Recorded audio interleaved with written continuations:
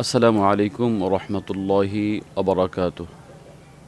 দর্শক মণ্ডলী, যে যেখান থেকে দেখছেন সকলকে ঈদুল আজহার শুভেচ্ছা। আলোচনা করছি কুরবানির জরুরি 10টি মাসালা সম্পর্কে। মাসালা 1, কয় ভাগে কোরবানি দেওয়া যায়?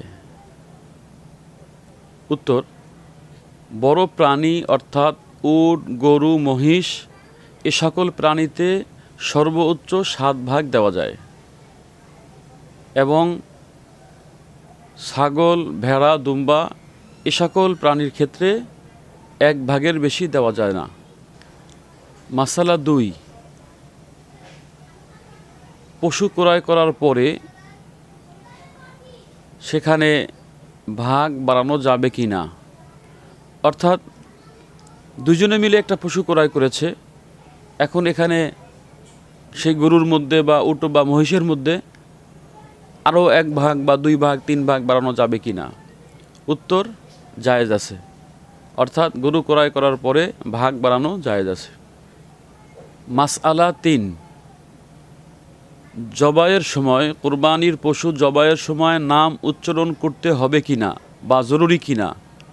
উত্তর, কোরবানির পশু জবাই করার সময় নাম উচ্চারণ করা মুস্তাহাব, জরুরি না, উত্তম। রাসূলুল্লাহ সাল্লাল্লাহু আলাইহি ওয়াসাল্লাম যখন কোরবানি করেছেন তখন তিনি তার নাম উচ্চারণ করেছেন। মাসআলা 4, অনুমান করে কোরবানির গোশত বন্টন করা যাবে কি না। উত্তর, জি না, কোরবানির গোশত অনুমান করে বন্টন করা যাবে না। মাসআলা 5, কোরবানির গোশত কয় ভাগ করতে হবে।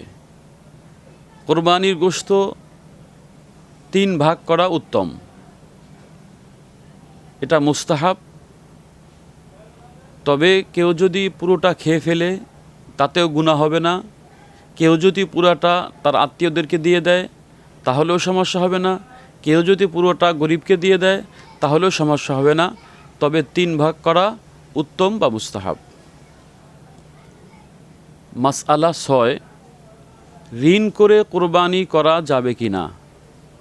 উত্তর, ঋণ করে কোরবানি করা যাবে। নাম্বার 7, মৃত ব্যক্তির পক্ষ থেকে কোরবানি করা যাবে কি না। উত্তর, মৃত ব্যক্তির পক্ষ থেকে কোরবানি করা যাবে।